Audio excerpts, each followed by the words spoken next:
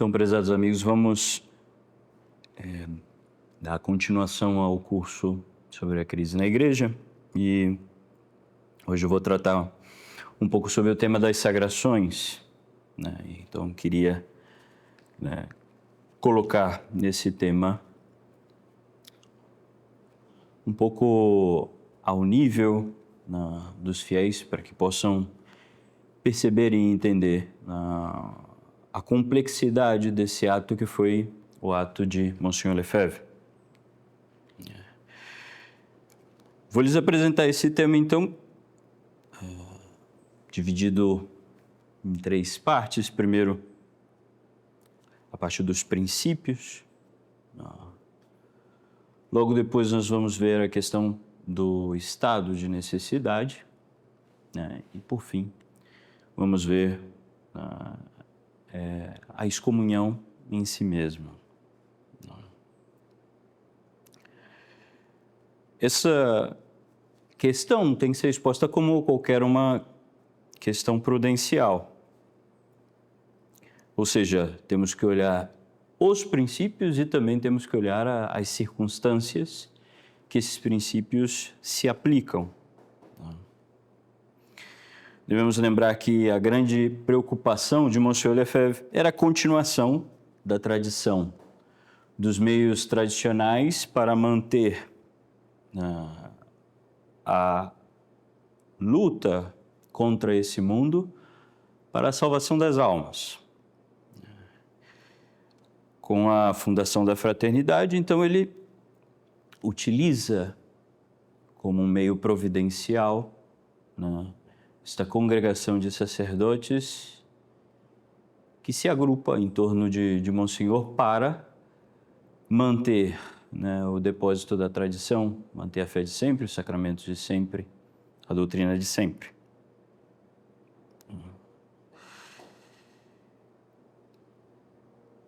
Para utilizar as próprias palavras de Monsenhor, como ele expressa no ano de 1974, a única atitude de fidelidade à Igreja e à doutrina católica para a nossa salvação é a negativa categórica a aceitar a reforma.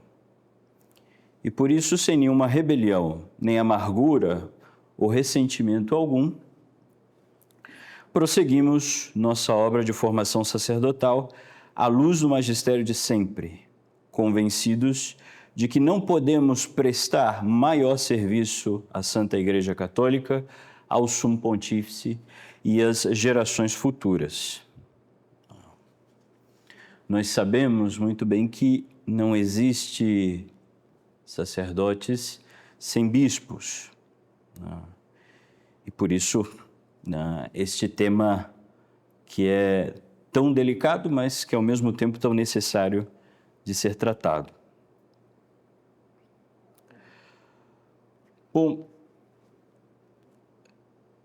toda a explicação que nós vamos dar agora, ela tem como pressuposto um outro tema que ainda veremos, que é a questão do magistério, e que é fundamental para entendermos os princípios.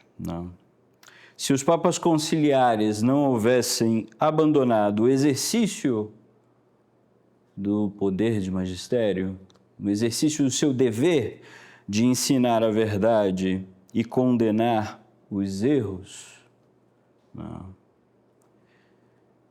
não faria sentido nós estarmos aqui para discutir este tema, nem propor uma questão de imperfeição, como aparece no estado de necessidade da Igreja. A partir do momento que os papas começam a realizar esse intento de diálogo com o mundo, deixando a sua função de lado, isso pelas próprias palavras dos papas, vemos João XXIII, Paulo VI, insistentemente falando nesta ideia nova de magistério como um diálogo com o mundo. e que de fato não é, né, a função do sucessor de São Pedro. A questão do magistério, ela toca, de fato, toda a vida da igreja. Não. Toca as leis canônicas, toca a lei litúrgica, toca as canonizações, né? Porque o magistério é essa luz, né, que o Papa e os bispos projetam sobre a inteligência dos fiéis para manter, né, a doutrina sagrada, o depósito. Bom, para dar início então ao nosso tema, vou falar um pouco sobre a lei em si mesma. É preciso a gente entrar um pouco na questão da lei em geral, como Santo Tomás vê a questão da lei, para depois podermos fazer um juízo acabado sobre o ato de Monsenhor. Então, os princípios fundamentais, né? Santo Tomás, ele define a lei como uma ordenação da razão ao bem comum, né? Lembremos que a definição de algo busca dizer o que a coisa é em si, a sua natureza. E aqui, né, esta noção de Santo Tomás é importantíssima para entendermos como se deve cumprir a lei, como deve ser, né, o cumprimento da lei eclesiástica. Os doutores da Universidade de Salamanca, uma das universidades mais antigas, Universidade de Direito Canônico, comentam essa breve explicação de Santo Tomás sobre a lei, dizendo assim: Santo Tomás dá uma noção genérica da lei com essas palavras. É uma certa regra, medida, de alguns atos, segundo o qual alguém é induzido a agir ou dissuadido da ação.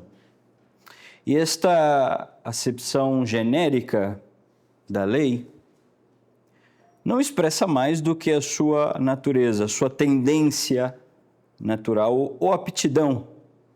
Não. É papel da lei regulamentar os atos humanos.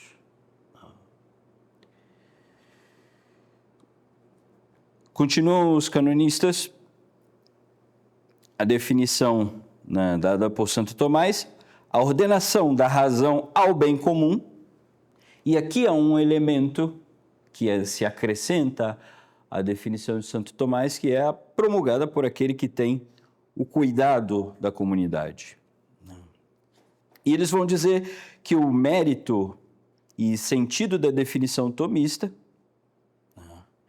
a noção dada por Santo Tomás, é o de ter colocado, destacado dois elementos importantíssimos na lei: o bem comum e o ordenamento da razão. O resto, digamos, fica insinuado na sua própria doutrina, né? Mas a definição de Santo Tomás tem, né, digamos assim, essa perfeição que ajuda, né, que nos leva a entender a própria natureza da lei. Vou comentar um pouco esses elementos que são os elementos necessários, né, para a existência da lei. Uma coisa é o conceito essencial da lei e os seus elementos intrínsecos, nos quais consiste e ela se constitui, né? E outra coisa é a existência. Para a existência da lei, é imprescindível que haja uma causa eficiente, né, dotada de razão, e, ao mesmo tempo, de vontade atual, que imponha ou converta em realidade o que a razão representa como algo necessário. Então, a existência da lei, sim, ela nasce da vontade do legislador que quer impor uma certa ordem nos atos humanos. Esse ordenamento, claro, ele não é arbitrário. Nós podemos distinguir alguns elementos, né? A ordem, como já vimos, né? Que é justamente endireitar esses atos para que eles cheguem à finalidade da lei, né? Ou seja, é preciso que o legislador queira conduzir os atos dos homens para que eles possam alcançar o fim. E esse fim pode ser um fim particular ou pode ser o fim último, dependendo da razão da lei, né? Claro que é um preceito estável e é um preceito obrigatório, né? A sua ordem, e aqui estamos falando de um elemento principal, a ordem da lei é o bem comum. Então, toda a lei está dirigida a produzir o bem comum. Esse bem ele pode ser alcançado pela lei de duas formas, direto ou indiretamente, né? Quando ele determina os atos diretos, né, sobre os quais recaem o fim que se busca, ou quando regulamenta atos de forma mais indireta, mas que também contribuirão para alcançar o fim. O bem comum é perseguido diretamente pela lei. E esse é um princípio que nós não podemos esquecer nunca. É um princípio tão importante que Santo Tomás chega a dizer que sem ele a lei não existe. A razão de bem comum é tão essencial que sem ele não existe. Não existe a lei. Quando o legislador tenta governar retamente por meio de uma lei, esta deve ser ordenada, então, ao seu bem comum. A harmonia entre o bem comum e o bem individual, né? Ou seja, o bem de cada indivíduo vai também proporcionar, de certo, bem comum. Agora, como se pode determinar o bem comum? Como eu sei, né, que uma lei ela está seguindo ou não a sua ordem correta? Temos um critério duplo, né, para estabelecer o bem dos indivíduos, né? Um critério qualitativo e outro critério quantitativo, numérico, né? O mais importante de todos é, claro, o bem visto de forma qualitativa, aquilo que se dá pela lei de modo mais perfeito a produzir o bem a todos. Embora muitas vezes possa não atingir a uma quantidade grande de homens, mas este bem qualitativo, ele, de certo modo, ele vai atingir a uma parcela da sociedade e logo depois, né, vai se irradiar também para as outras partes da sociedade. E outro bem, né, quantitativo, né, quando eu vejo que esse bem pode atingir uma grande quantidade de pessoas. A lei, segundo Santo Tomás, ela é concebida como um ato, então, da inteligência e ela não pode contrariar, né, os princípios primeiros. E daqui vou entrar justamente agora nesse tema, que é, digamos assim, o coração dessa primeira parte, que é a ordem dos primeiros princípios. Porque se a lei ela é uma ordenação dos atos do homem para um fim determinado, quer dizer que ela está ordenada a uma realidade. Então, essa junção, né, da lei e da realidade que nós iremos desenvolver um pouco mais à frente.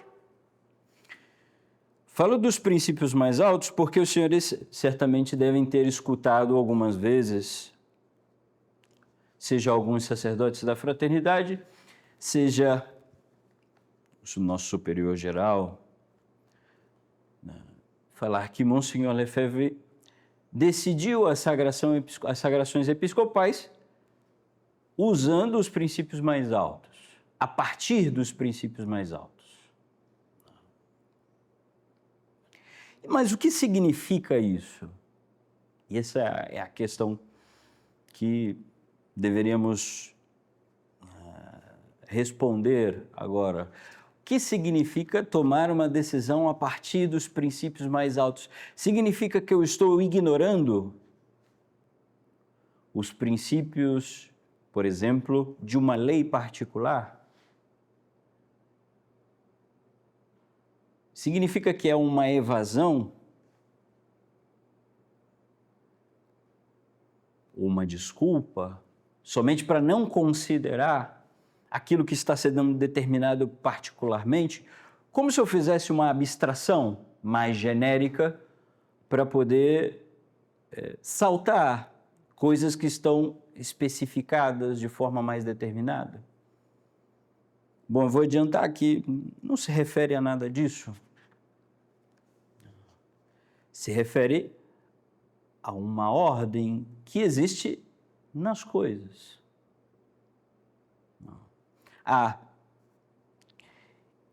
E por isso se fala que a decisão de Monsenhor foi inspirada nos princípios mais altos, porque toda a ciência ou todo o conhecimento humano, ele tem um certo escalonamento, podemos dizer assim, onde existe uma ciência superior, com um sujeito mais amplo, que dá, digamos assim, o fundamento das ciências inferiores. Vou usar um pouco essa analogia que nós vamos ver aqui no quadro com um pequeno esquema. Bom, então, colocamos a física como ciência, e essa ciência, como tal, ela vai ter os seus princípios. Esses princípios, eles servem, né, digamos assim, os primeiros princípios, né, são aqueles mais evidentes que nós tiramos da realidade. Esses princípios vão servir de base para o desenvolvimento do raciocínio humano. Então, a partir dos princípios físicos, se vão encontrar outras verdades, né, por meio de indução, comparação, né, eu vou extraindo de casos concretos uma lei geral, por assim dizer. Essa lei geral são os princípios. Esses princípios primeiros, podemos dizer assim, eles vão servir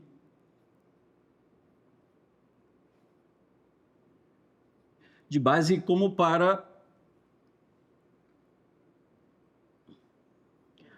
o desenvolvimento e para a defesa de outras ciências. Então,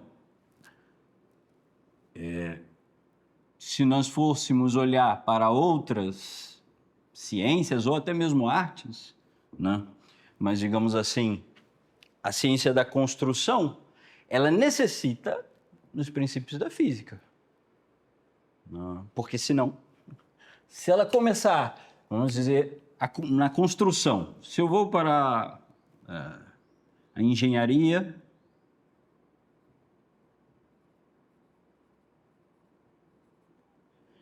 ela vai ter seus princípios particulares? Sim, vai ter os seus princípios particulares. Mas esses princípios particulares, ou seja, as regras próprias da sua ciência, eles não podem estar em contradição com os princípios primeiros da física. Porque na medida que eles entrarem em contradição uns com os outros, a ciência inferior entra em colapso. Ela sai fora da realidade. Então, fazendo uma analogia, um paralelo, o mesmo acontecerá com as leis, sejam as leis civis, humanas, ou seja, as leis eclesiásticas. Elas vão ter como um princípio primeiro a lei divina. Né? Da lei divina, a lei natural depende da lei divina. Então, vamos dizer assim como a engenharia vai depender da física, do mesmo modo, a lei eclesiástica, né? Que aí podemos dizer, colocar em termos genéricos, né? A lei positiva,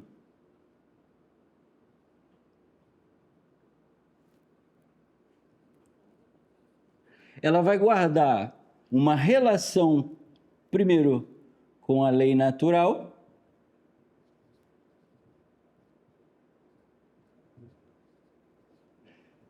e a lei divina.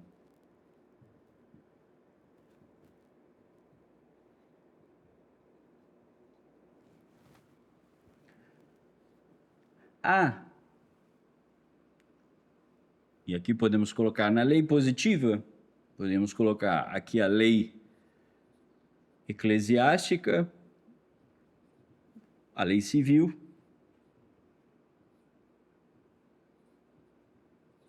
e, por exemplo, a lei militar, que está direcionada aos militares, por exemplo. Cada um tem seu objeto próprio, né? Cada um tem seu objeto próprio, mas o objeto próprio de cada uma depende também, né, das duas leis que estão acima, né? A lei natural e a lei divina, né? A lei eclesiástica, mais ainda, né, depende da lei divina. Bom, então, como dizíamos, as leis vão manter assim como a ciência, vão manter essa relação de dependência entre, assim, os princípios mais particulares com os princípios mais altos. O que quer dizer que o direito canônico ele não está separado, né, da teologia, né? De fato, é teologia e depende dos princípios teológicos, né? Quanto mais alto for o princípio, mais sustento ele dará para os princípios inferiores. E é assim, né, que é determinado a ordem, que é uma ordem que está na realidade, né? Então, basta olharmos, né, os exemplos mais diretos, mais práticos, né? O médico, né, que tem uma ciência específica das coisas, né? Por exemplo, um oftalmologista, então, ele conhece, né, os olhos e sabe, né, tudo sobre esse órgão. Sem a ciência geral, pode ficar perdido e pode cometer erros que colocará a vida do homem em risco, né? Essa é a grande questão. A lei, ela não parte de princípios arbitrários, né? Se nós olharmos para o nosso tema específico, né, nós podemos pensar que a doutrina canônica da Igreja, ela não foge dessa mesma lógica, né? Depois, quando entremos na questão do estado de necessidade, vamos ver como o próprio cardeal Siri fala, né, de uma lógica teológica, um modo de prosseguir, né, o avanço da doutrina na igreja.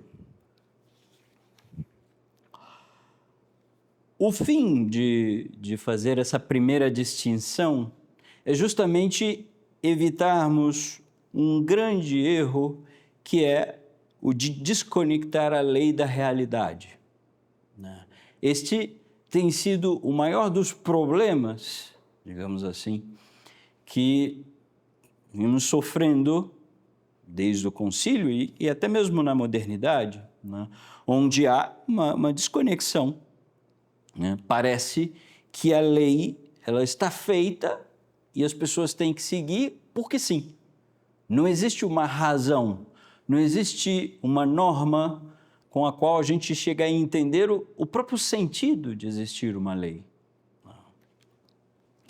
A proteção do bem comum parece simplesmente uma questão arbitrária, né? Então, quando se coloca esta desconexão, aí entramos num problema grave, que é o problema da ideologia, né? Isso tanto na ciência, né, quanto na própria lei. A lei ela tem uma ordem e ela deve obedecer aos princípios mais altos da teologia. E é por isso que a decisão de Monsenhor poderia vir dos princípios mais altos. Muitos querem passar uma ideia inexata de que a lei compreende todos os casos possíveis, né? Basta olharmos a realidade para entendermos que a coisa não funciona assim, né? Ela é uma certa determinação e ela, justamente por estar adequada a uma realidade, ela tem uma realidade bem determinada, como veremos. A negação dessa correlação entre a lei e a realidade, poderíamos dizer entre a lei e os princípios teológicos, os princípios do dogma e os princípios da moral, ela já vem sendo discutida há muito tempo, né? E tivemos, né, assim, como reflexo disso, várias concepções da lei que terminaram, né, em pequenos, se não dizer, grandes desastres. O voluntarismo na lei produz um certo desprezo da realidade, né? Ou seja, essa desconexão ela tende a produzir dois princípios que vão aí um pouco opostos, né? Que é como uma espécie de negação da relação entre moral, teologia e direito, lei, né, imposição. Ela tende, primeiro, no desprezo da realidade, que considera a letra da lei como o único elemento, né, a ter-se em consideração. Então, desse modo, nós passamos ao cumprimento material das normas. Então, obedecemos a lei pela lei. Por que você está fazendo isso? Porque está escrito assim. E a formação que a lei deveria dar ao homem, porque a lei canônica, ela é uma escola de virtude, né? Ela nos ensina também o modo de comportar-nos, o modo de agir, né? O modo de entender a realidade. Ela termina não formando nada, simplesmente é um segmento externo, exterior, né? Eu cumpro como aquele que paga uma conta, vou lá, pago, mas em mim não há nenhuma modificação interna, né? E a lei, ela tem de dirigir os atos do homem para fazer com que esses atos cheguem à sua perfeição. Esse é o ponto fundamental, né? Não podemos nos esquecer disso, né? Esse modo de cumprir a lei normalmente se degenera e termina na hipocrisia. falam, e terminamos falando sobre o cumprimento da lei literalmente, sem considerar as circunstâncias, né? E, na verdade, não só falamos, às vezes forçamos o outro a cumprir, mas sem nenhum espírito. Não. Por quê? Porque desconectaram a lei, separaram, fizeram um corte entre a lei e a realidade. A lei, quando eu vejo os princípios, eu tenho que aplicá-los. Não posso abandonar os princípios, mas ao mesmo tempo não posso abandonar a realidade. Esse é o ponto, digamos assim, de maior inflexão e de maior dificuldade, né? Que o canonista ou o teólogo encontra, né? Até mesmo os padres, né, ao ensinar a teologia moral, têm os princípios e têm a aplicação, e os dois têm que estar. Eu não posso nem desprezar a realidade, nem tampouco não posso desprezar os princípios. Não. A segunda consequência dessa desconexão é o desprezo da própria lei. E muitas vezes objetaram a respeito de Monsenhor Lefebvre, como se a decisão que ele tomou fosse uma decisão que despreza completamente a lei canônica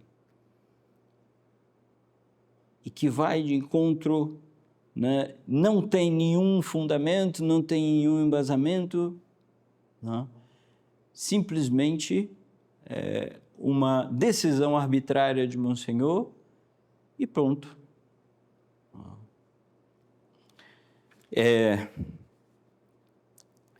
Este desprezo, atropelo das normas, onde o homem quer considerar a realidade completamente independente da lei ou da norma, é uma renúncia, né, aos princípios, sem ter nem sequer tentado recorrer a eles.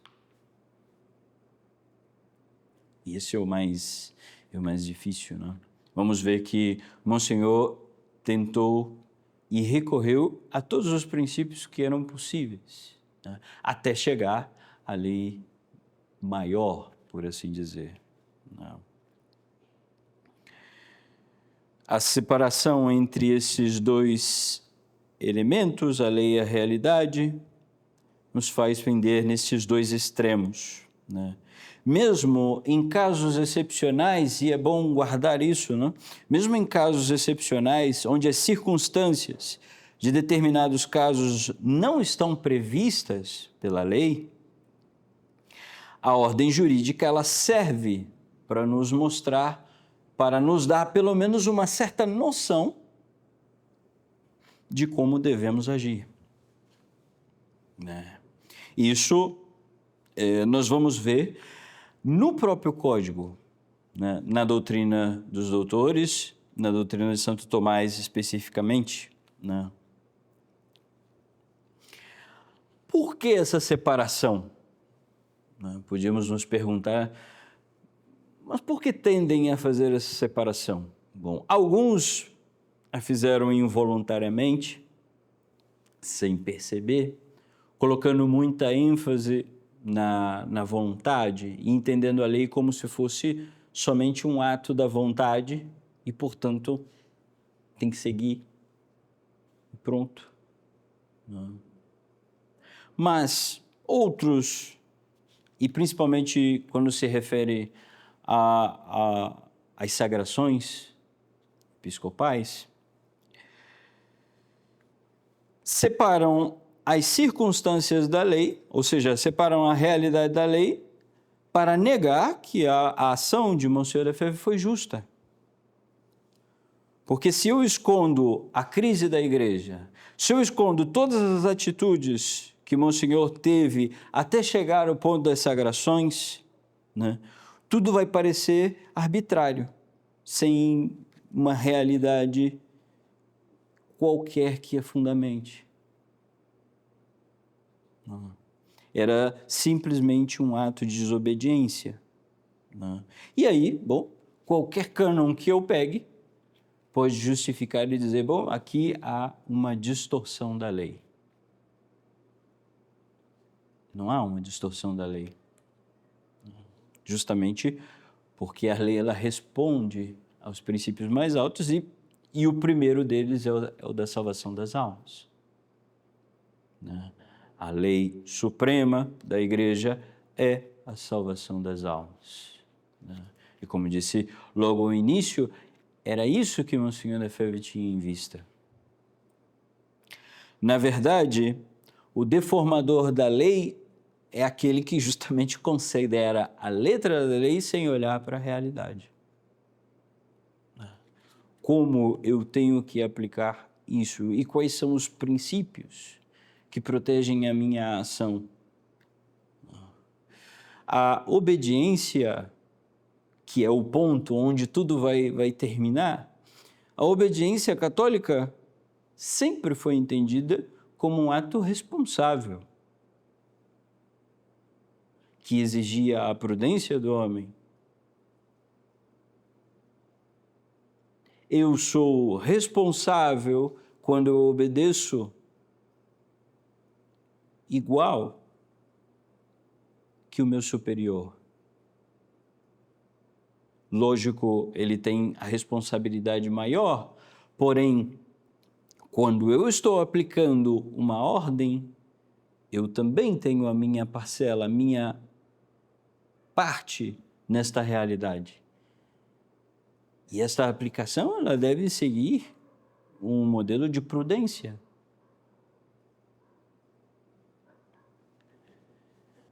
Olhemos por um instante ao Código. O Cânon 17 do Código de Direito Canônico diz: as leis eclesiásticas devem entender-se segundo o significado próprio das palavras, considerando no texto e no contexto.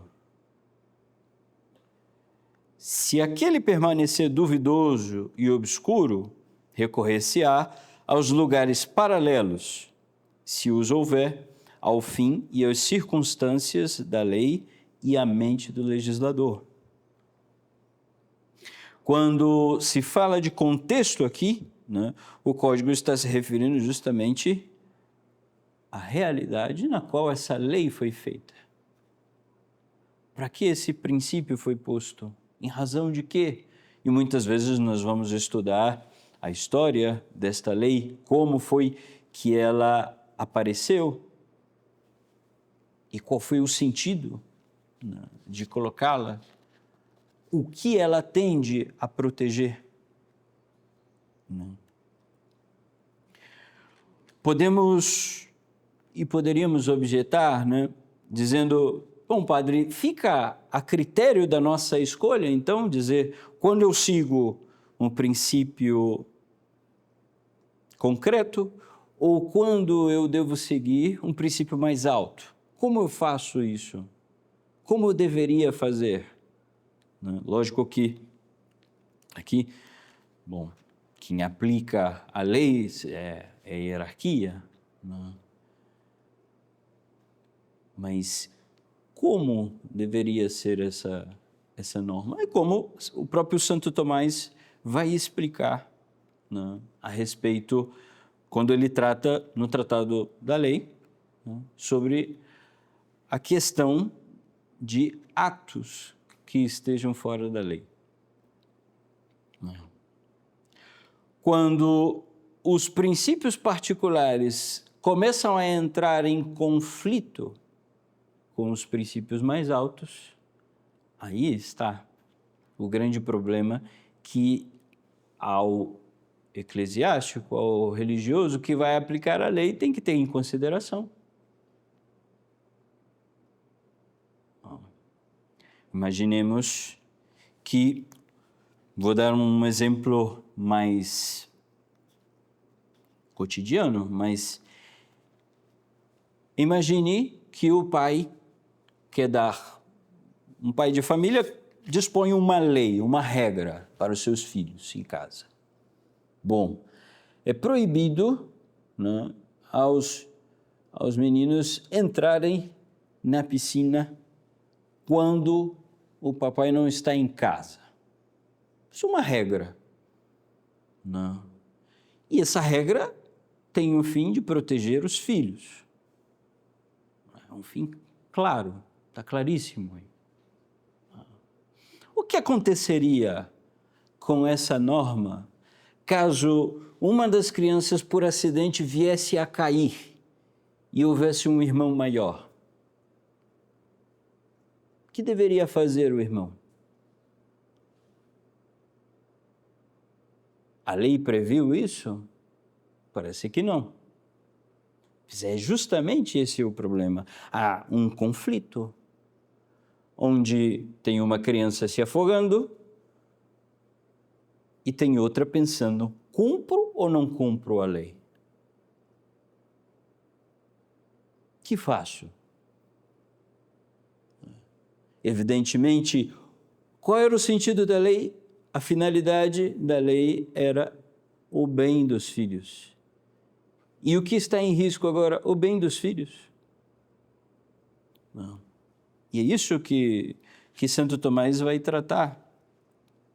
Né? E, digamos, vamos ver alguns exemplos, né, da Sagrada Escritura, né, comentários até mesmo de alguns santos padres, de alguns teólogos, a respeito disso. Aqui está, digamos, a questão conflitiva, que é quando um princípio particular, sendo justo, porque aqui não estamos falando da questão de uma lei injusta, nós estamos tratando aqui de um princípio de lei justa. É justo que os filhos esperem pelo seu pai. Não há uma injustiça nisso. Desculpem o exemplo, mas um exemplo me parece mais claro. Mas é justo o princípio.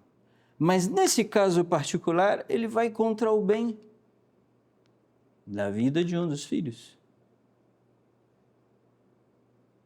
Então, é o caso onde um princípio mais particular vai contra um princípio que é o princípio mais alto, o princípio intentado pela lei, a salvação das almas. Né?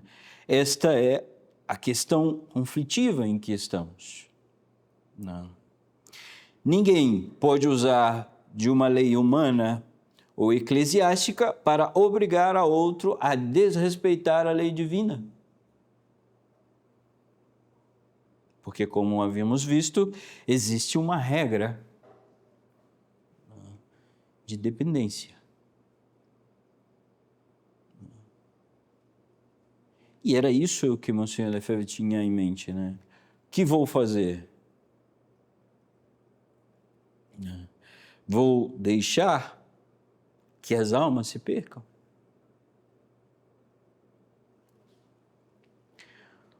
Por isso, muitas vezes, é cômodo negar a crise da igreja, negar tudo o que aconteceu com a igreja. Porque, bom, se eu tiro esse pressuposto, eu só tenho uma lei justa para julgar e um infrator. Pronto, acabou. As circunstâncias desapareceram. Nas Sagradas Escrituras, nós podemos ver o próprio exemplo no livro dos Macabeus. Nos conta esse livro como foi poderoso o reino de Alexandre Magno, que chegou a ocupar rapidamente o mundo conhecido. Mas mais tarde, um rei, Antíoco Epífanes, da dinastia Seleucida, fez com que se fez perseguidor, né, da verdadeira religião e do povo que professava, do povo judeu. E as coisas vão se dar assim, né? Conta o livro dos Macabeus que apareceram alguns israelitas iníquos que persuadiram outros muitos para se conformarem com os costumes gentis. Então, desde que se haviam separado deles, não haviam experimentado mais do que desastres.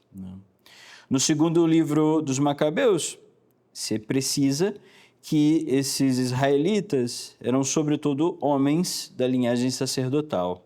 E muitos se deixaram seduzir, então, pelas propostas.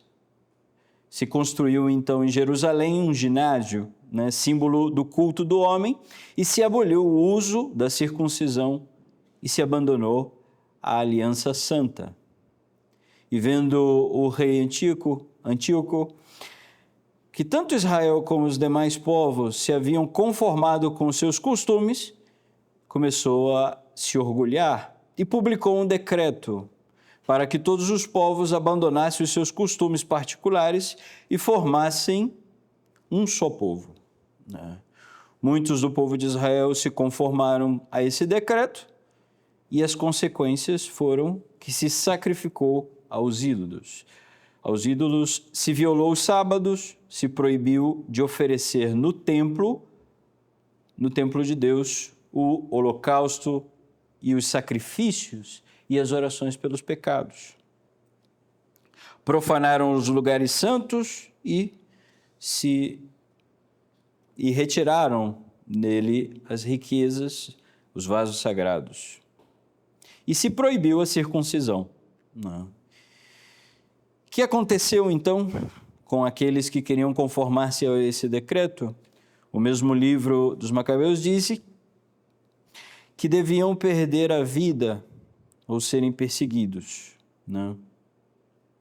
As mulheres que circuncidavam os seus filhos eram precipitadas das muralhas da cidade, e os que se refugiavam nas cavernas eram atacados em dia de sábado e exterminados. E nos conta o martírio heróico de vários israelitas que, por fidelidade à lei de Deus, entre eles o dos 7 irmãos, admoestados e alentados pela sua mãe, também martirizada com eles.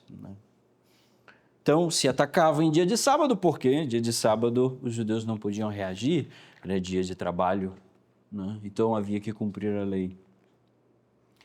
Então surge um homem de linhagem sacerdotal, Matatias, que se nega a fazer como todos.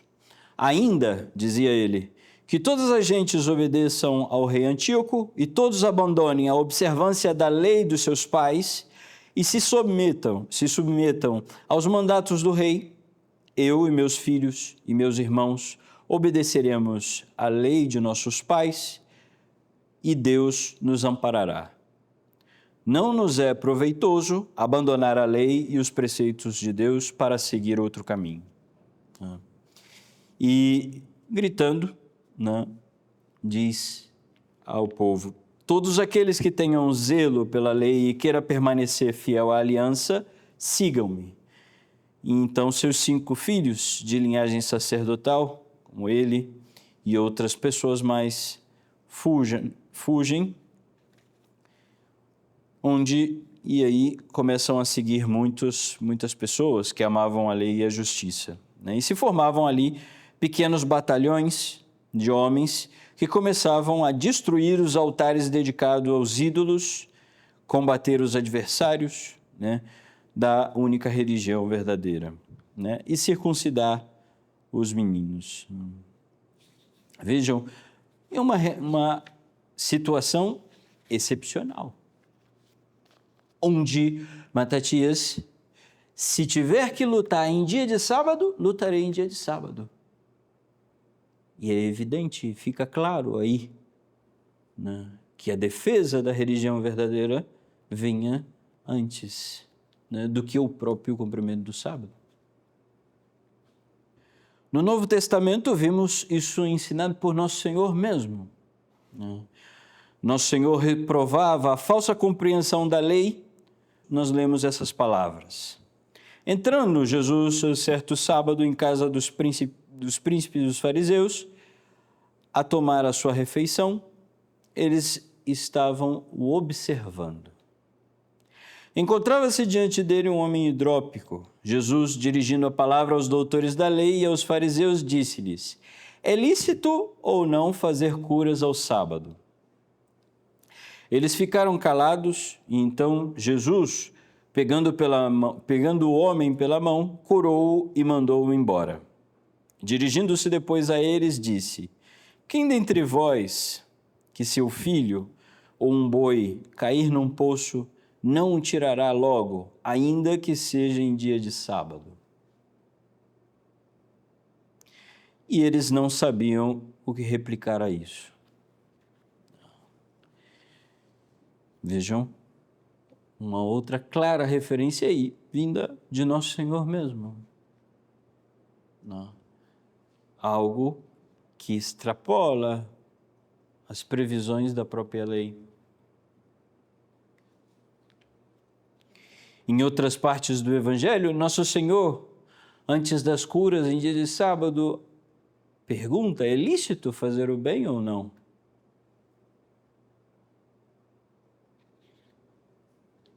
E para que não pareça que isso simplesmente é uma interpretação nossa, né? Me refiro aqui a alguns santos padres.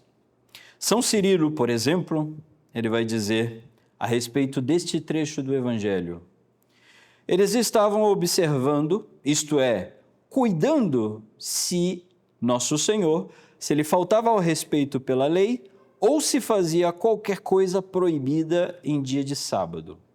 Por isso, quando o hidrópico se pôs no meio deles, Nosso Senhor os repreendeu com a sua pergunta a insolência dos fariseus, que o queriam acusar.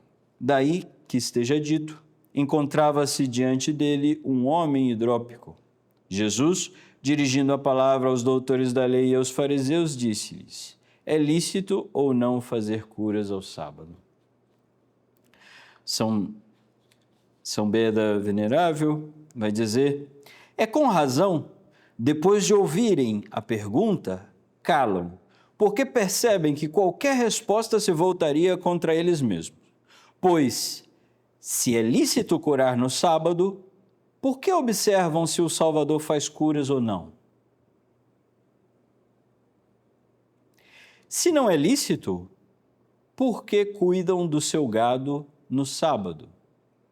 Daí que siga, eles ficaram calados. Teofilacto, comentando também este trecho do Evangelho, vai dizer: Nosso Senhor não cuidou se a cura causaria escândalo entre os fariseus, mas pensou apenas em fazer bem ao doente com seus remédios. Convém também que nós, quando nossa ação resulta num grande benefício, não nos cuidemos se os estúpidos se escandalizam. Isso é palavras literais. Daí a própria doutrina, aplicada à nossa situação. Se há um perigo para a fé, o que faço? Se a salvação das almas está em risco, o que eu vou fazer? Vou ficar calado? Essa era a preocupação de Monsenhor. O próprio sermão das Sagrações Episcopais, Monsenhor relatava isso, né? Que direi a Nosso Senhor? Nosso Senhor me irá perguntar, como meu justo juiz, que fizeste do teu episcopado?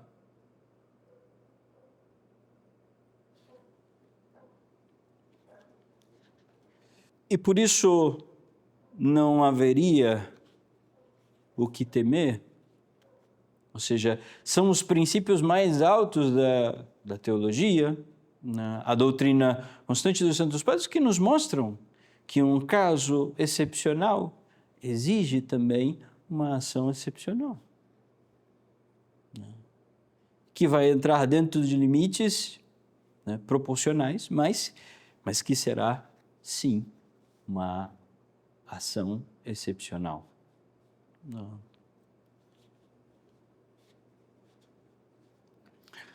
São Roberto Bellarmino, doutor da Igreja, nos refere assim: assim como é lícito resistir ao pontífice que agride o corpo, também é lícito resistir àquele que agride as almas, o que perturba a ordem civil, sobretudo se tratasse de destruir a igreja.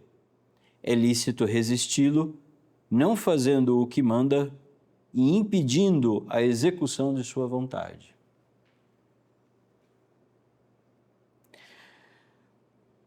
São Roberto Bellarmino era consultor do Papa e suas obras eram em defesa do papado.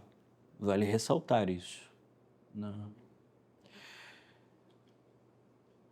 Como consultor e grande defensor da supremacia pontifícia, ele respondeu, né, a proposições feitas por teólogos de Veneza, né, que tiveram alguns problemas com a Santa Sede. E se reuniram, então, os teólogos de dita república e emitiram várias proposições que foram submetidas ao exame de São Roberto Bellarmino, né? E aqui coloco a proposição juntamente com a resposta de São Roberto Bellarmino. A obediência ao Papa não é absoluta, não se estende aos atos em que seria pecado obedecer-lhe.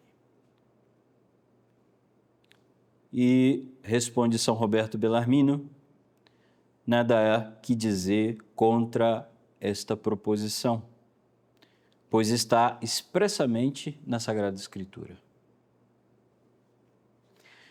A proposição 15, quando o soberano pontífice fulmina uma sentença de excomunhão que é injusta ou nula, não se deve recebê-la sem apartar-se do respeito devido à Santa Sé, né? E ele assim responde, São Roberto Bellarmino. Os teólogos de Veneza não têm por que cansar-se em provar esta proposição, a 15ª proposição, porque ninguém a nega. Convém recordar que todos esses doutores também são citados por Santo Tomás, né?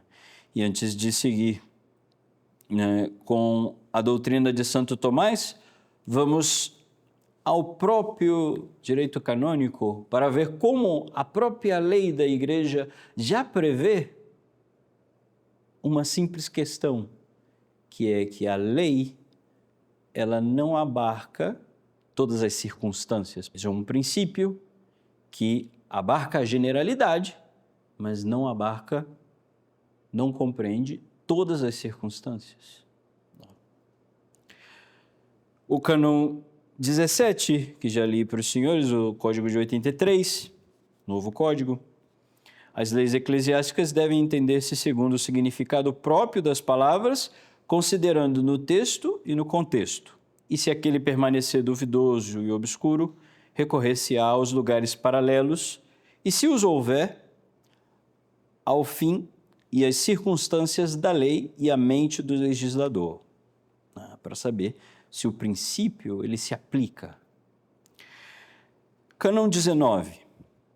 Se a respeito de algum ponto faltar preceito expresso na lei, quer universal, quer particular, ou costume, a causa, a não ser que seja penal, dirimir-se-á, atendendo às leis formuladas para os casos semelhantes. Aos princípios gerais do direito, aplicados com equidade canônica, à jurisprudência e à praxe da Cúria Romana, e à opinião comum e constante dos doutores.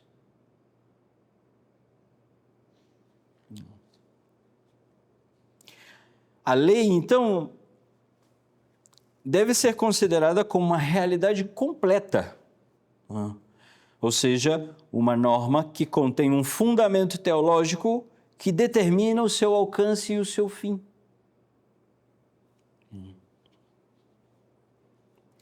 E sobre isso, né, nos vai dizer Santo Hilário: a inteligência das palavras deve fundar-se nas causas que as levaram a ser proferidas, pois não é a realidade que deve depender da palavra, mas esta daquela. Logo, devemos atender à causa que moveu o legislador. Quando vemos aí os princípios específicos, né, da lei canônica que proíbe a sagração sem mandato pontifício, veremos também a lei dentro do seu texto e do seu contexto, né, para entendermos o alcance que tinha. Esta doutrina que está contida nas Sagradas Escrituras, contida no próprio Código, na lei canônica, também contida na teologia de Santo Tomás, e nos mais conceituados doutores de direito canônico.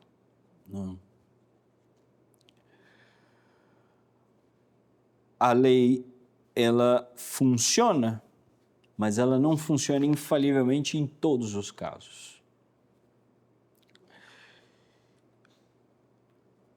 Santo Tomás, na Suma Teológica, quando ele se pergunta, e aqui nós vamos tratar especificamente deste ponto, e depois podemos retomar, né, a questão em si,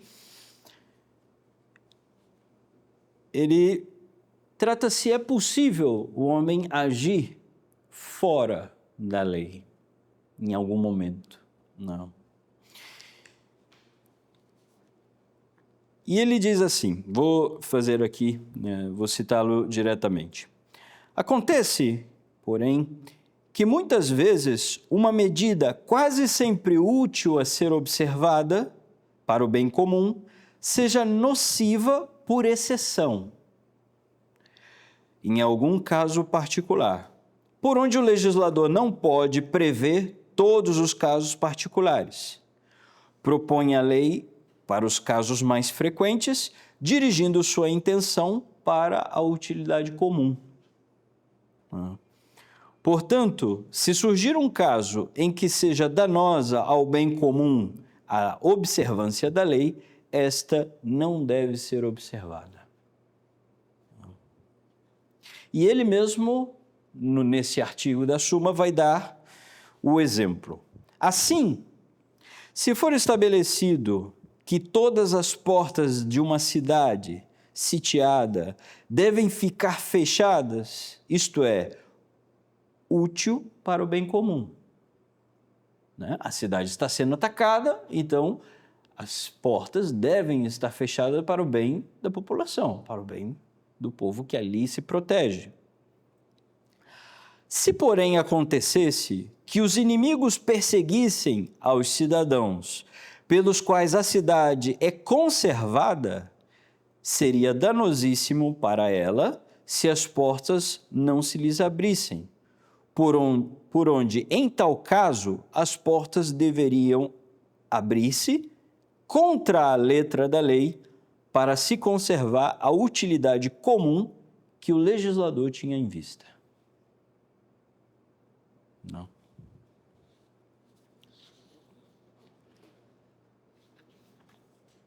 Mas surge, digamos assim, uma outra questão dessa. Não. Ir contra, e é, digamos assim, uma objeção que se poderia fazer, honestamente, de dizer, mas ir contra a lei não implicaria uma ideia de fazer o mal para obter o bem? Porque parece que é uma desobediência às normas específicas, então, bom, ninguém pode fazer o mal para dele resultar no bem. Esse é um dos primeiros princípios que temos que defender. Não. As condições, existem as condições impostas pelo direito. E mesmo Santo Tomás vai falar disso. Não. Quando vemos esta questão, né, se planteia a objeção dada por Santo Agostinho. Embora os homens julguem as leis temporais, quando as estabelecem, contudo, uma vez instituídas e firmadas, já não é lícito julgá-las, mas deve-se julgar de acordo com elas. Ora, quem omitir palavras da lei dizendo conservar a intenção do legislador, julga a lei. Logo, não é lícito a quem está sujeito à lei omitir-lhe palavras para conservar a intenção do legislador.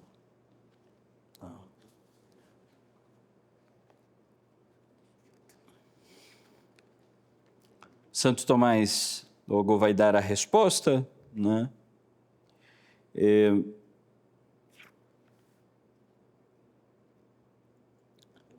Quem, em caso de necessidade, age fora da letra da lei, julga não da lei, mas de um caso particular, onde vê que não se deve observar a letra da lei. Não. Quem segue a intenção do legislador não interpreta absolutamente, falando a lei, mas assim o faz em caso em que seja manifesto pela evidência do dano, que o legislador tinha outra intenção.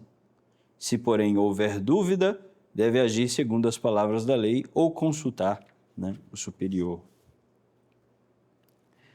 De fato, Santo Tomás deixa bem claro, né, essa circunstância. Não se trata de fazer um mal, se trata de responder a um princípio superior, porque o princípio inferior não é capaz de dar, né, a execução correta desse ato.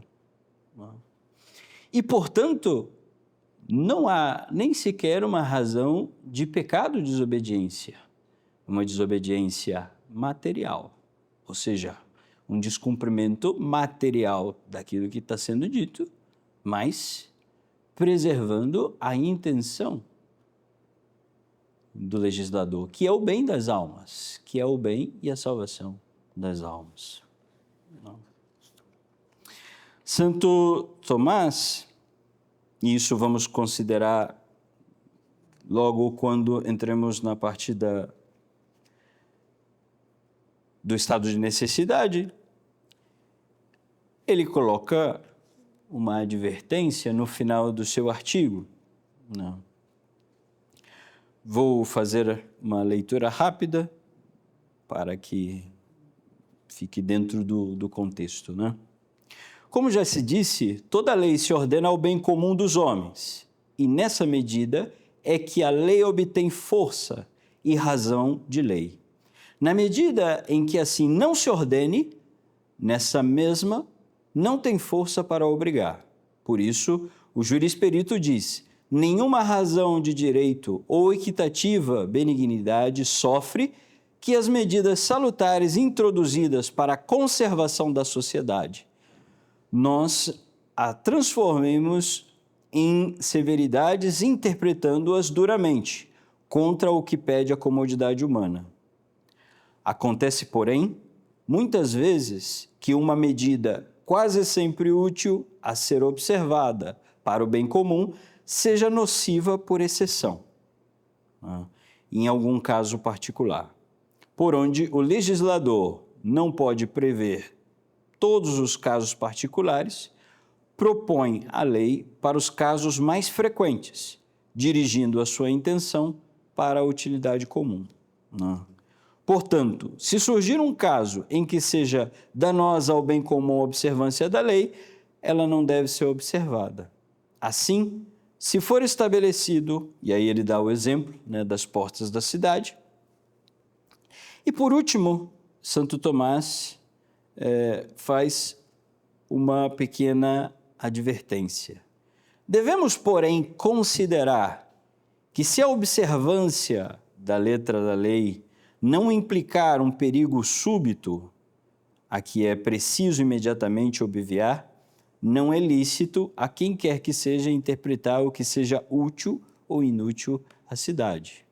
mas isso pertence só aos chefes, que por causa de tais casos têm a autoridade para dispensar da lei.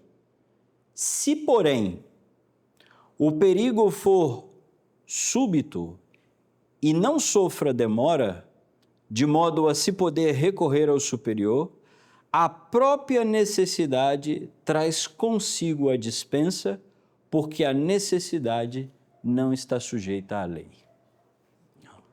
Então, aqui, Santo Tomás introduz, né, a questão da necessidade.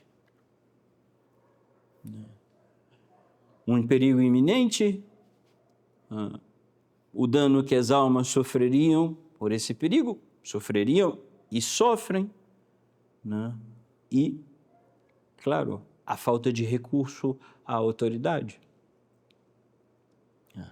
Lembrava o padre Murray, na sua tese de doutorado, que veremos na última parte, que não é possível recorrer, né, à autoridade se ela mesma é a causadora do estado de necessidade.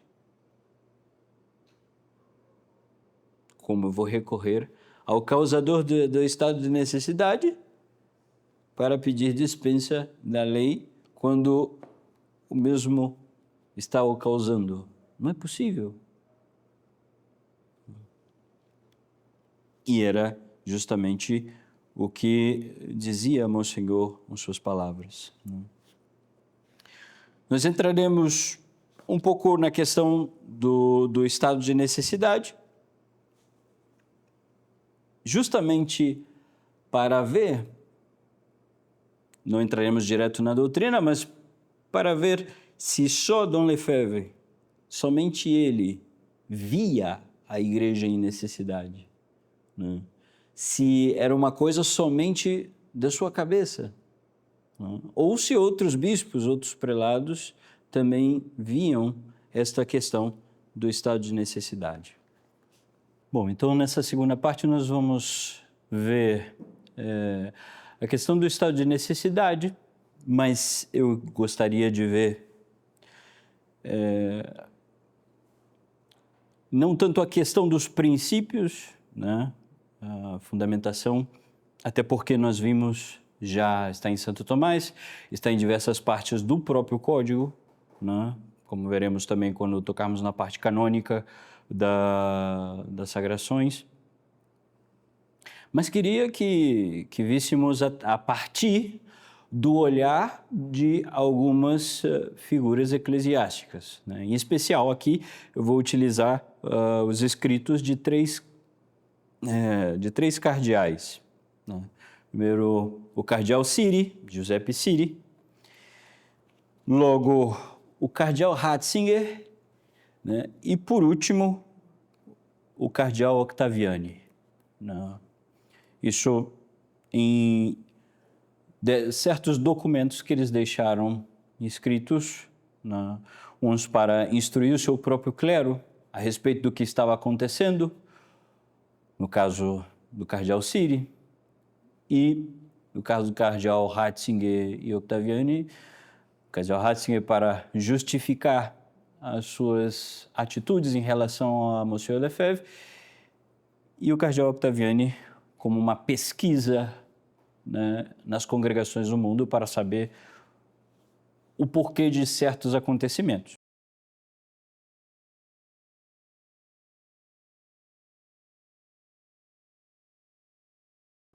Para encerrar essa parte, vou me referir a um texto justamente de Monsenhor Lefebvre,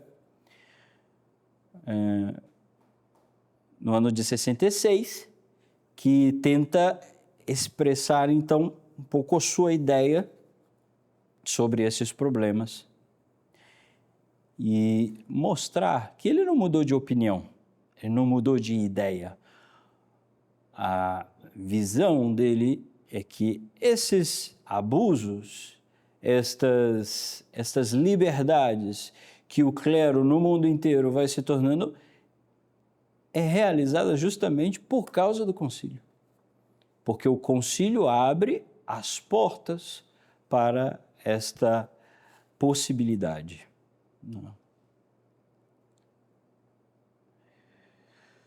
Parece que a causa, diz Monsieur Lefebvre respondendo ao cardeal Ottaviani, parece que a causa do pequeno número de respostas recebidas decorre da dificuldade em receber esses erros que estão disseminados por todas as partes.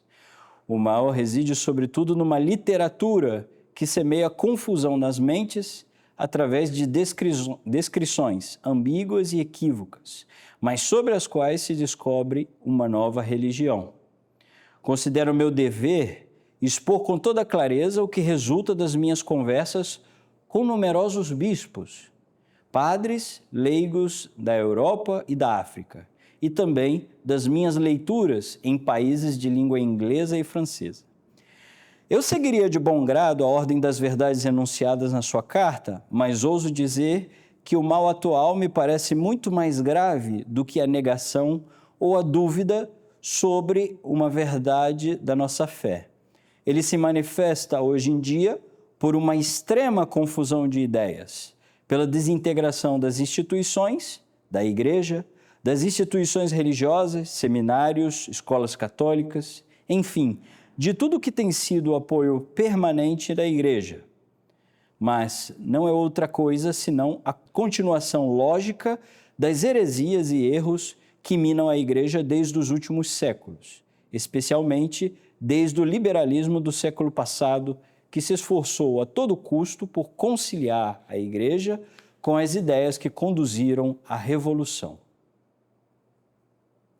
Na medida que a igreja se opôs a essas ideias, e esse é o grande princípio que Monsenhor vai defender nessa carta, na medida que a igreja se opôs a essas ideias, que vão contra a filosofia e a teologia saudáveis, ela progrediu, mas, pelo contrário, qualquer compromisso com essas ideias subversivas provocou um alinhamento da igreja com o direito comum e o risco de torná-la escrava das sociedades civis. Sempre que grupos de católicos deixaram atrair por esses mitos, os papas corajosamente chamavam-nos à ordem e esclareceram-nos, se é necessário, e os condenaram se necessário. O liberalismo católico foi condenado por Pio IX, o modernismo por Leão XIII, o silonismo por São Pio X, o comunismo por Pio XI e o neomodernismo por Pio XII. Graças a essa admirável vigilância, a igreja se consolidou e se desenvolveu. As conversões dos pagãos e protestantes são muito mais numerosas. A heresia estava em completa desordem e os estados aceitavam uma legislação mais católica. No entanto, grupos religiosos imbuídos de ideias falsas conseguem disseminá-las na ação católica e nos seminários, graças a uma certa indulgência dos bispos e a tolerância de alguns dicastérios romanos. Em breve, bispos serão escolhidos entre esses padres. É aqui que se situa, então, o concílio, que se preparava através de comissões preparatórias para proclamar a verdade face a esses erros, a fim de fazê-los para sempre no seio da igreja, fazê-los desaparecer para sempre no seio da igreja, e teria sido o fim do protestantismo e o início de uma nova e fecunda era para a igreja. No entanto, esta preparação foi odiosamente rejeitada para dar lugar à mais grave tragédia que a igreja já sofreu.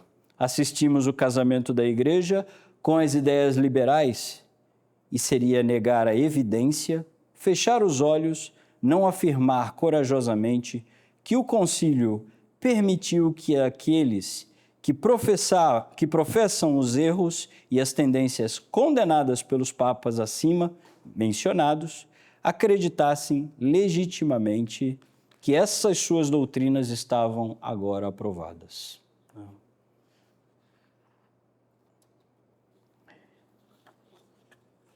Sem dúvida, sou muito ousado ao expressar-me dessa forma, mas é com um ardor, com um amor ardente que escrevo essas linhas, pela glória de Deus, amor a Jesus Cristo, amor a Maria e pela sua igreja, pelo sucessor de Pedro, bispo de Roma e vigário de Cristo.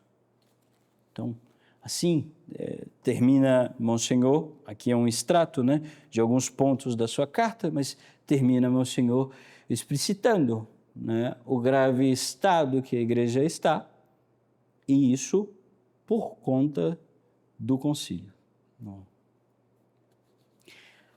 Na última parte, nós veremos, então, a decisão de Monsenhor, né? Essa tomada de decisão ao ver, né, que a fé, né, das almas, dos seminaristas, dos padres, né, a sua própria alma correria risco se ele não fizesse algo.